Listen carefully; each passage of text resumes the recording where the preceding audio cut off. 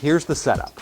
Jack is just wrapping up a stellar sales presentation, and he's got the prospective client in the palm of his hand. But just as he's about to move into his Q&A section, well, I'll let you watch. So now you have all the information you need to make an informed decision regarding your widget needs. So at this point, are there any questions?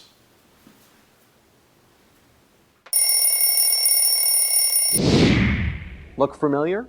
Like so many presenters today, Jack is completely unaware of both his physical and vocal presence. Well, for example, this is what Jack thinks he just communicated to his audience.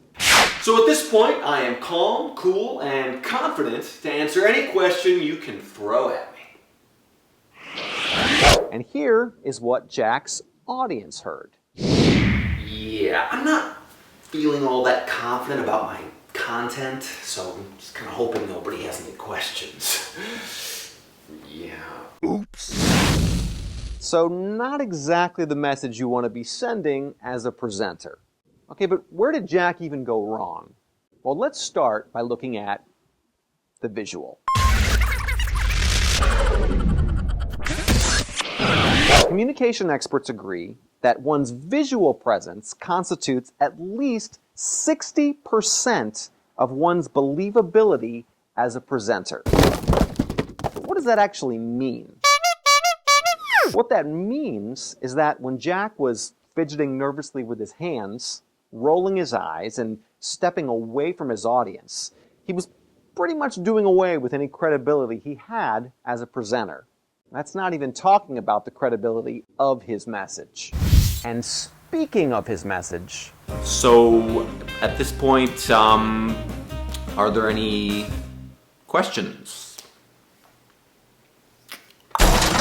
Okay, so it could have been worse. Questions?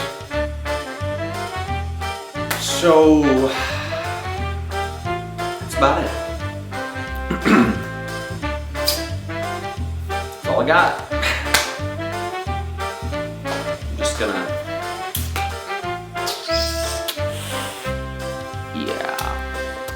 So how do you effectively transition from the end of your presentation into a Q&A segment?